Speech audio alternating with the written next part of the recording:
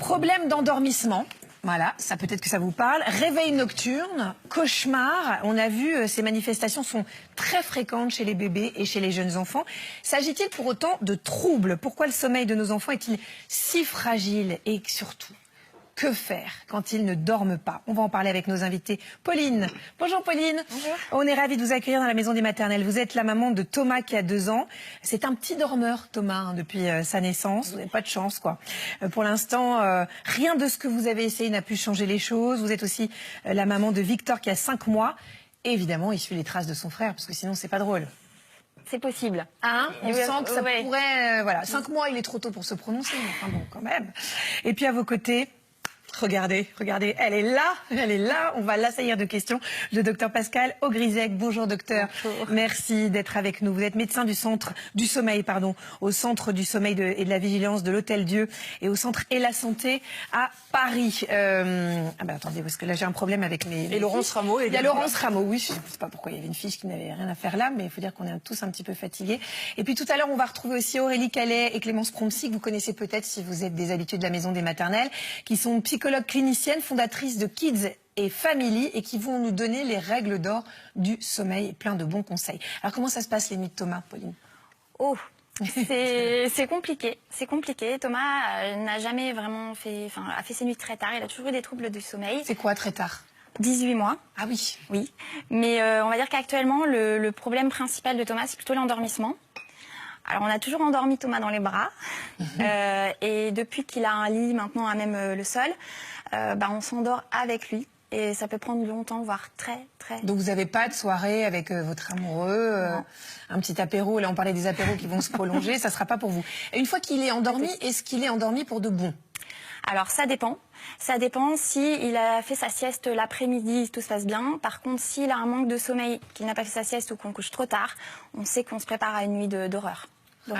Et du coup, ça agit sur, j'imagine, sur son caractère de la journée. Vous le sentez? Ben non, pas vraiment, pas vraiment. Donc c'est vrai qu'il n'a pas forcément beaucoup de nuits. Enfin, j'ai lu pas mal de choses sur le sommeil et on dit souvent, voilà, qu'à tel âge il faut faire 12 heures de nuit. Il les fait pas forcément, mais il n'est pas non plus forcément fatigué. Par contre, évidemment, voilà, je me pose des questions quant au développement de son cerveau parce qu'il se dit que quand on dort pas assez, le cerveau. Alors docteur, justement, est-ce que ce manque de sommeil, si tant est qu'il y a un manque pour lui, agit sur sa santé? C'est vrai que l'histoire de Thomas est assez caractéristique et que un petit enfant qui dort pas la nuit, il va, s'il est par ailleurs évidemment en bonne santé et que son développement psychomoteur est normal, il va rattraper le sommeil qu'il n'a pas eu la nuit dans la journée. Il va dormir par petites tranches, rabioter sur la sieste, faire un petit somme en poussette, etc. Et les troubles du sommeil du petit enfant sont très fréquents, mais parce que la nature du sommeil évolue beaucoup de la naissance, on va dire, à 9 mois. Et quand il est tout petit, il n'a pas encore acquis le cycle. On va le détailler ça bien après, docteur. Hein. Oui. Benjamin, je crois qu'il y a des questions qui arrivent sur les réseaux en nombre. Eh ben, à l'instant, il y avait la question de Karine. Pourquoi les troubles du sommeil sont-ils si fréquents chez l'enfant? Vous y avez répondu jusqu'à 9 mois. Et après? Après 9 mois, c'est souvent ce que je vais appeler des mauvaises habitudes. Ah. Et en particulier, je pense que... C'est à partir de 9 mois on peut parler d'habitude? Oui, de mauvais... Oui. C'est déjà installé à 9 mois, quoi. Oui. Voilà, c'est surtout l'endormissement qui est la clé de voûte d'une bonne nuit de sommeil. Et si l'enfant n'a pas appris à s'endormir tout seul et dans son lit, mais comme la nuit, il se réveille, c'est physiologique, il y a des cycles de sommeil et à la fin de chaque cycle, il y a un court réveil. Quand il se réveille, il va falloir reproduire les conditions initiales de l'endormissement. Alors donc, le premier objectif, c'est de lui apprendre à s'endormir tout seul. On va s'intéresser, avant de vous donner des solutions qu'on vous donnera en deuxième partie de discussion, ne vous inquiétez pas, on va essayer quand même de bien comprendre cette structure du sommeil qui est différente de celle d'un adulte, docteur. Oui, bien sûr. Alors, à la naissance, on va dire qu'il fait des cycles de sommeil très courts. On va le voir sur l'animation. Il dort par période de 3 ou 4 heures et puis il se réveille. Il s'endort dans un stade de sommeil particulier qu'on appelle le sommeil agité. Puis il fait du du sommeil calme, un réveil et de nouveau un cycle de 3-4 heures. Mais je pense qu'il est important à dire, c'est que il y a certains stades de sommeil, en particulier ce qu'on appelle le stade de sommeil agité, où le visage du petit enfant peut exprimer toutes les émotions. Et si les parents sont très inquiets, parce que la grossesse a été difficile ou enfin parce que c'est leur nature d'être inquiets, ils vont aller surveiller leur bébé. Dès qu'ils vont voir une petite mimique de peur, de colère, de tristesse, ils vont se précipiter pour le prendre dans les bras et du coup désorganiser le sommeil naturel du bébé. Il faut faire attention. Alors de 0 à 2 mois, donc on a vu comment ça marche. De 2 mois à 9 mois, on va vous montrer le nouveau train du sommeil parce que ça évolue, hein. La structure n'est pas la même, docteur. Alors là, on a quoi? Donc endormissement, sommeil paradoxal. Oui, ce qu'on appelle le sommeil paradoxal, c'est ce qui va remplacer le sommeil agité du petit bébé. Puis après, nous, les adultes, on fera du sommeil paradoxal plus tard dans la nuit. Mais les tout petits s'endorment en sommeil paradoxal, c'est comme ça. Et alors après 9 mois, là encore, ça change. Après 9 mois, il y a beaucoup de sommeil profond, mais le sommeil évolue dans le temps, les temps de sommeil diminuent, les siestes s'organisent différemment et c'est très important de voir en détail l'organisation du sommeil parce que quelquefois des siestes trop longues ou mal réparties dans la journée peuvent avoir des conséquences sur la nuit. Des siestes trop longues, quel rêve. Question de Stéphanie, peut-être pour vous, Laurence, qu'est-ce qui peut favoriser le sommeil d'un petit bébé? Faut-il l'accompagner dans son sommeil par des câlins ou par des bercements comme on le fait depuis la nuit des temps? Oui, alors ça dépend justement de l'âge du bébé, quand on dit bébé.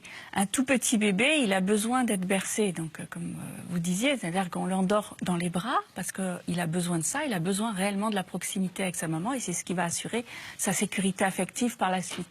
Mais au fur et à mesure qu'il grandit, on va commencer à le détacher un petit peu, et l'endormir peut-être, mais dans son lit, en posant la main sur lui, donc on peut le bercer dans son lit. Et là, on commence à se détacher, et là, il commence à apprendre cette distance-là, et il va finir par apprendre à s'endormir tout seul. Et c'est vraiment un apprentissage finalement que de s'endormir comme ça tout seul.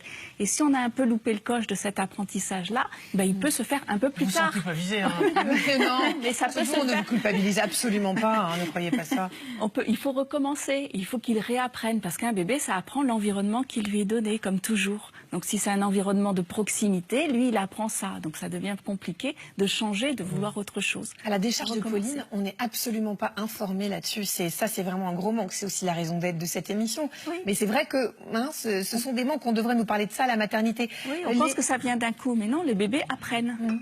Les berceaux, les transats à bascule et tout ça, ça se fait encore? C'est vous conseillez ou... Alors, c'est pas une question de conseil. C'est vrai que bercer un bébé, c'est toujours bien parce que ça bercer avec tout doucement au rythme des battements cardiaques, ça permet aussi aux neurones de se synchroniser et d'apaiser les bébés.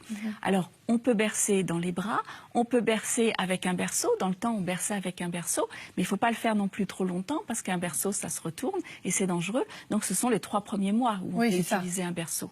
Après, le transat, il n'est pas en position, c'est pas une position anatomique, physiologique qui est intéressante pour le bébé. Donc, c'est soit les bras, soit le petit berceau parce qu'il faut qu'il soit allongé. Mais on n'utilise plus ça pour des raisons de sécurité. D'accord. Alors moi, je propose à Marie-Père Arnaud de nous organiser un banc d'essai justement sur ces berceaux, ces transats à bascule, etc. On va vous organiser ça pour que vous choisissiez bien. Alors Natacha et Frédéric sont les parents de Ryan qui a 5 mois. Depuis sa naissance, leur bébé dort très peu, pas plus de 3 heures de suite. Les pauvres.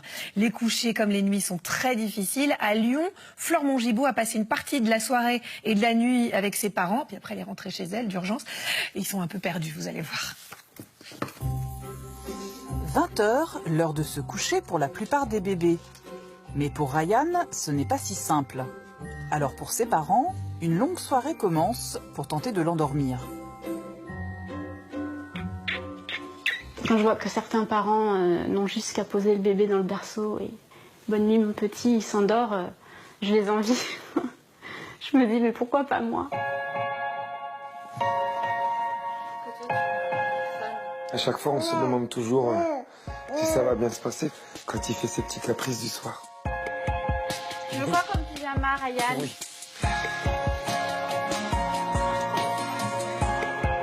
Pour faciliter l'endormissement, j'ai vu qu'il fallait adopter un rituel. Donc on commence par le bain. Ryan, la vie est belle. On fait tout pour toi. Oui. Ça lui donne des repères, bah tiens, c'est le soir, je sais qu'on fait le bain le soir. Donc je me tue à faire ce rituel tous les soirs. Je me dis que bon, si on dit qu'il faut le faire, je le fais. Allez, je te pose. On va lire l'histoire? Arc-en-ciel, le plus beau poisson des océans. Quelque part, au plus profond des mers, vivait un poisson. Allez, dors bien, mon bébé d'amour.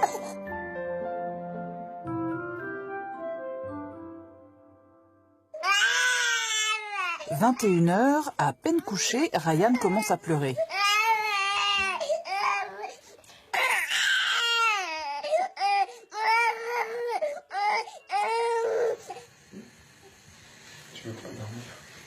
Mais c'est tous les soirs la même chose. Après le rituel que lui fait Natacha, ça fonctionne pas vraiment. On l'entend pleurer. Donc du coup, on le récupère. On mange avec lui jusqu'à ce qu'il veuille bien se fatiguer vraiment et dormir.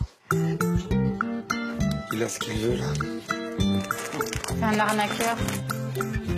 Le pire, c'est qu'il est fatigué là. Regarde sa tête. Je te mets le saumon. S'il te plaît. Essayer aussi, c'est lui donner le sein après. Déjà presque 22h, nouvelle tentative pour endormir Ryan au sein dans le lit de ses parents cette fois-ci.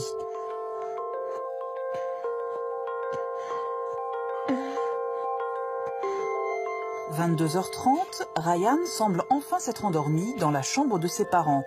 Peut-être quelques instants de répit pour Natacha et Frédéric.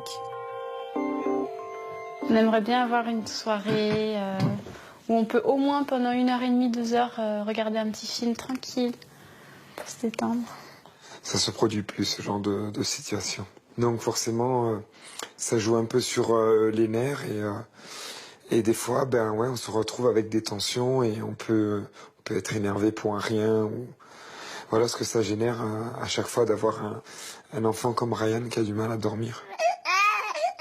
Ah, il pleure. Nouveau réveil pour Ryan et nouvelle tentative pour ses parents de l'endormir.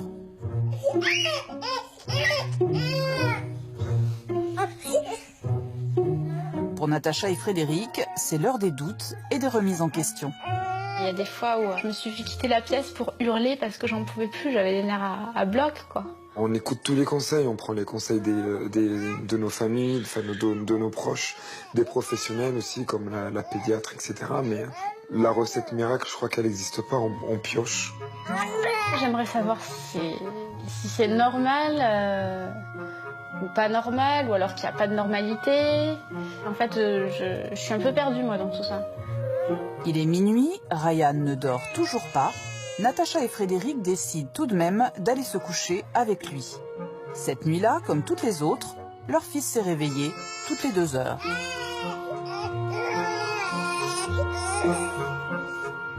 Oh là là, qu'est-ce qu'on compatit avec Natacha et Frédéric. Il faut déjà quand même leur dire que, enfin peut-être que c'est pas pour toute la vie, hein, cette période-là. Qu'est-ce qu'on peut faire pour les aider alors, docteur? Parce que je pense qu'il y a plein de gens qui nous regardent qui vivent exactement la même chose. C'est vrai qu'on voit qu'ils sont, que c'est vraiment au bout du rouleau, qu'ils en peuvent plus, qu'ils essayent tout ce qu'ils peuvent, que rien ne marche. J'ai un petit peu l'impression qu'ils sont pas tout à fait d'accord tous les deux sur la méthode à adopter et je pense que c'est ingérable tout seul et il faut qu'ils aillent consulter. Oui, c'est ça. Pour qu'on reprenne tout en détail, qu'on revoie tout en détail, et l'histoire de la grossesse, de la naissance, de la relation de la maman avec son enfant, le papa, etc. Enfin, c'est ça le rôle des consultations. Pendant le reportage, il disait, donc dans le reportage, voilà, tout le monde a son petit conseil, on essaye de les suivre. Est-ce que justement, il ne faut pas éviter d'écouter son entourage? Je pense que c'est très culpabilisant, les troubles du sommeil de l'enfant, parce que on en parle à tout le monde vous dit un conseil qui marche pas. Oui, c'est ça. Bon, laisse-le pleurer, il finira bien par s'endormir. Ça, c'est les grands-parents. Et on perçoit du coup une image très négative de soi. Et les parents sont très culpabilisés. Le message, c'est je suis nulle, je suis pas une bonne mère ou pas un bon père. On n'y arrivera jamais. C'est le découragement total.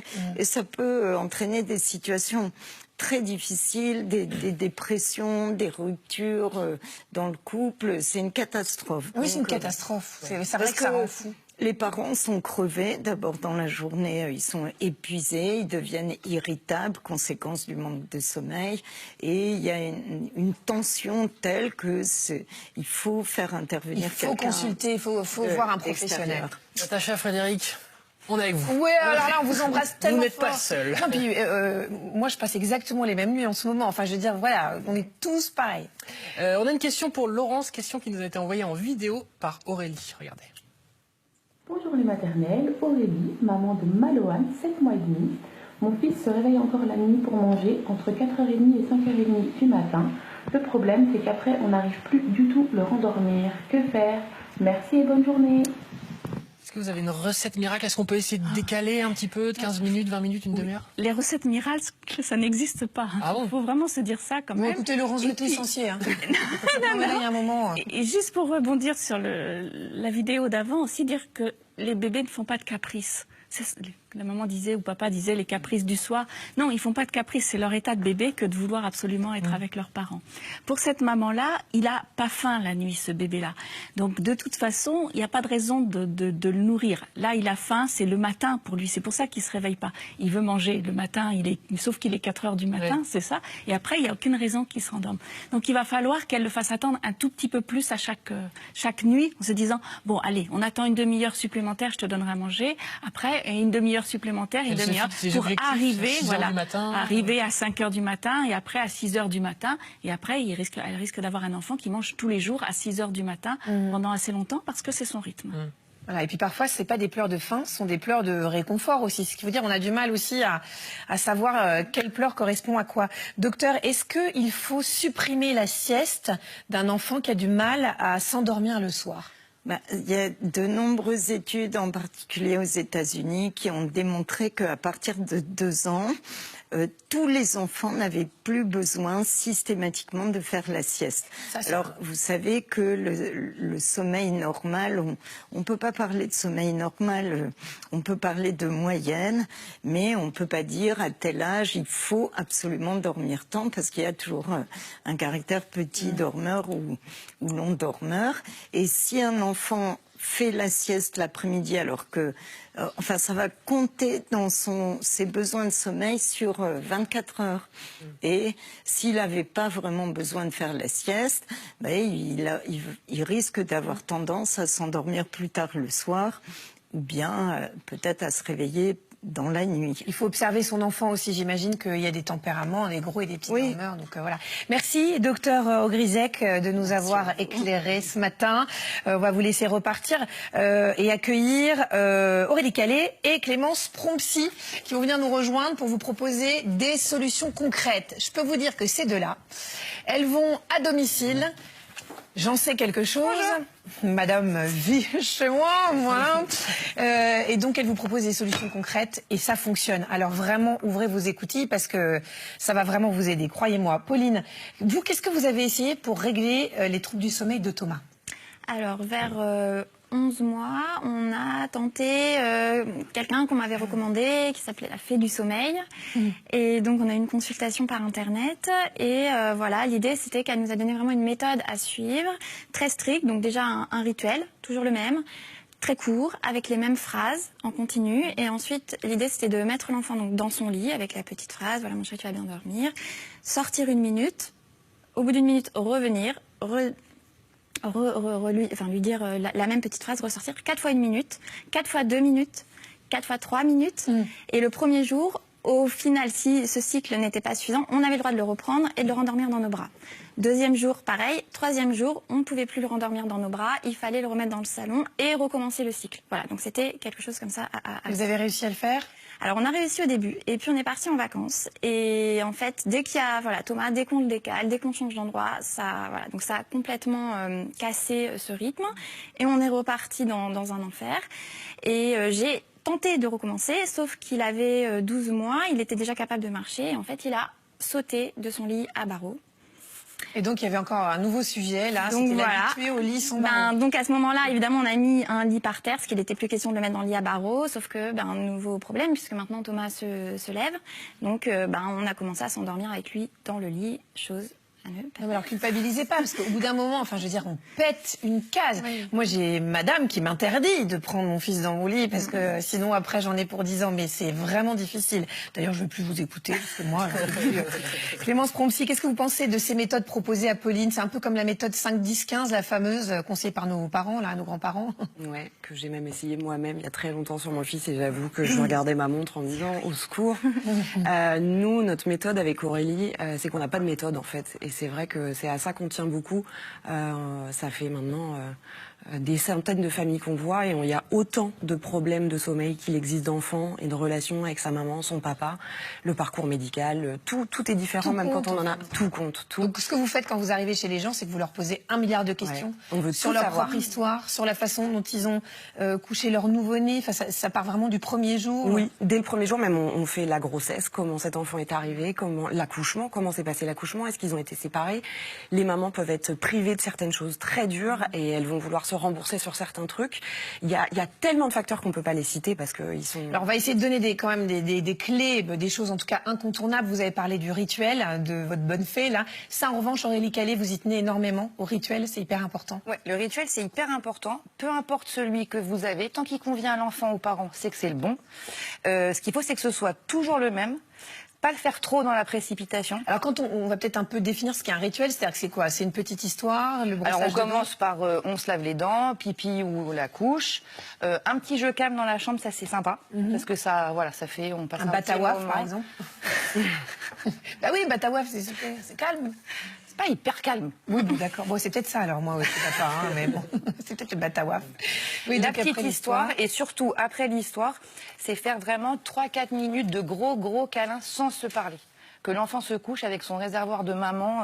C'est-à-dire qu'il faut qu'il se couche en se disant j'en ai ras-le-bol des câlins de maman, quoi. C'est bon, elle peut me laisser. Elle peut me laisser. Et il y a aussi le rituel qu'on peut faire de manière imagée. Je sais pas si on... Alors, attendez, hop, passez-moi ça. Je vais vous montrer. Alors, expliquez-nous ce que c'est, ça. Donc, en fait, c'est-à-dire que c'est pour rendre ça rigolo pour l'enfant. Donc, ça, nous, avec Clémence, on le personnalise pour chaque famille, en fonction de ce que font les parents et de ce qu'ils aiment bien faire. Et du coup, on rend ça rigolo comme un petit jeu de loi, en disant, dis-moi, je me rappelle plus, qu'est-ce qu'on fait après? Et la finalité, c'est quand même qu'on fait un gros dodo. Dodo. Voilà. À quelle heure est-ce qu'il faut coucher les enfants, idéalement, Aurélie? Moi, je trouve qu'il n'y a pas d'heure idéale. Parce qu'il y a des parents qui vont rentrer à 21h, donc les coucher, voilà. C'est adapté au rythme des parents. Voilà. Mais par contre, je pense que le vrai bon conseil, parce que souvent les parents qui rentrent à la maison, il y a l'histoire du repas, du bain, et on a tendance à beaucoup dire dépêche-toi, fini. Et en fait, de faire, moi je trouve, toutes les choses obligatoires, c'est-à-dire bain et dîner, quoi, de le faire dès qu'on rentre à la maison. Comme ça, après, ça c'est fait, on se détend, et après on peut juste profiter avec l'enfant. C'est pas bête, ça. Mais ils sont top, hein. Ah ouais, on a pris les meilleurs. J'étais sceptique au début. Pas du tout. Alors, on a une question de Perrine pour vous, peut-être Clémence. Mon aîné demande toujours à se coucher plus tard que son petit frère. Est-ce que je dois accepter sa demande? Alors nous, symboliquement, ça fait partie des petites règles d'or qu'on adore. C'est vrai, notamment pour les mamans calettes, de dire qu'on va avoir un petit rencard avec son grand et on va pouvoir comme ça lui demander, lui dire voilà bonhomme, je dois aller m'occuper du bébé. Donc en gros, je vais avoir besoin aussi d'être tranquille et que le grand soit pas toujours en train de dire maman ci, maman ça, maman ci, maman ça. Et on se retrouve pour ton quart d'heure de grand. D'abord, je couche les bébés, ils n'ont pas les mêmes devoirs, les mêmes plaisirs, les mêmes responsabilités. Ça donnera envie au bébé de grandir et de se dire ouais, il a de la chance. Et nous, ça permet de remplir bien comme il faut le réservoir de chacun et d'avoir 10 minutes, un quart d'heure d'allaitement cool et 10 minutes, un quart d'heure chouette avec son grand où on se dit on va faire un batawaf. Ouais, alors on continue dans les conseils. Est-ce que c'est la cata si par exemple moi je prends Félix dans mon lit au bout d'un moment, son mari m'a dit par exemple par Arnaud, moi j'ai pris mes enfants, j'en pouvais plus. Est-ce que c'est une cata Alors non, en fait, ce qui est hyper important déjà, nous, on fait vachement attention à ne pas lancer les parents dans un processus au moment où ils seraient pas prêts. On peut très bien avoir envie de garder du cododo en se disant... je n'ai pas la force. En fait, quand les gens viennent nous voir, ils sont déjà épuisés et on va leur demander de remettre un coup de boost pour remettre les choses dans de la douceur. C'est hyper important pour nous. Il n'y a pas de bagarre, on laisse pas pleurer. Mais il faut que les parents, alors s'ils peuvent se serrer les coudes, c'est chouette. On sait même le faire quand les parents sont pas d'accord. Mais s'ils peuvent être tous ensemble, il faut que ce soit au bon moment. Donc on s'en fiche s'il dort 1 mois dans votre lit. Et ben dans 1 mois on s'y collera. Et puis si c'est 2, et ben dans 2 mois on s'y collera. Il y a rien qu'on peut pas défaire. Le sommeil, c'est bien de nous déculpabiliser, ça fait du bien parce que c'est tellement dur.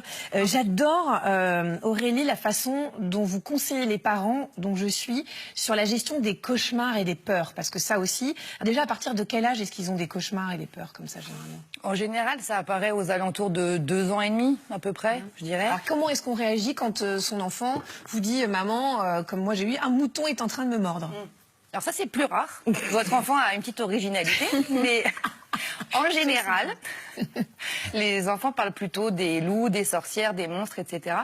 Donc ce qui est super important, c'est de ne pas renier sa peur. Pas lui dire, mais non, les loups sont dans la forêt super loin, ils ne peuvent pas venir.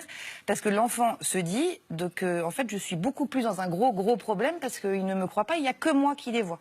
Donc c'est encore plus stressant pour eux. Ce qu'il faut lui dire, c'est t'as raison, ça doit faire super peur. Qu'est-ce qu'on peut trouver pour que le loup n'ait pas envie de venir te voir, pour l'empêcher de venir dans ta chambre? Nous, avec Clémence, on aime bien donner aux enfants une épée magique, donc qui est comme ça, magnifique. Elle est belle, hein. Mais donc c'est pas le côté esthétique qui compte, hein, vous l'aurez compris. Mais du coup, voilà, comme c'est l'âge de la pensée magique qui marche extrêmement bien, on leur dit voilà, une solution à ton problème. Si le loup vient, il aura tellement peur de cette épée qu'il va faire demi-tour, direct. Trop bien. Et souvent, ils se couchent avec l'épée comme ça, genre j'ai une solution. Donc le bon conseil, c'est de rentrer dans leur jeu, quoi. Et en trouvant une solution. Et moi, c'est vrai que vous m'avez dit ça et ça a marché, mais vraiment, j'ai fait semblant de chercher le mouton dans les tiroirs et tout. Du coup, il était mort de rire et du coup, c'était passé. Merci, on n'a plus de temps malheureusement. C'est terrible parce qu'on reste très bien avec vous. Vous êtes vraiment nos bonnes fées du sommeil. J'espère que vous allez revenir très vite. De toute façon, le sommeil, il va en être question régulièrement dans cette émission. Pauline, je vous propose d'aller les... Hein, je veux bien qu'on prenne rendez-vous. Oui, c'est ça. Non, mais franchement, faites-le, je vous assure, ça aide. Merci à Clémentine Suquet qui a préparé cette émission spéciale et aussi qui a préparé l'édition de la nuit d'hier, parce que je vous rappelle que nous étions sur les réseaux jusqu'à 1 heure avancée de la nuit, avec Aurélie d'ailleurs, qui nous a donné énormément de conseils. Vous pouvez retrouver ça sur la page Facebook de l'émission.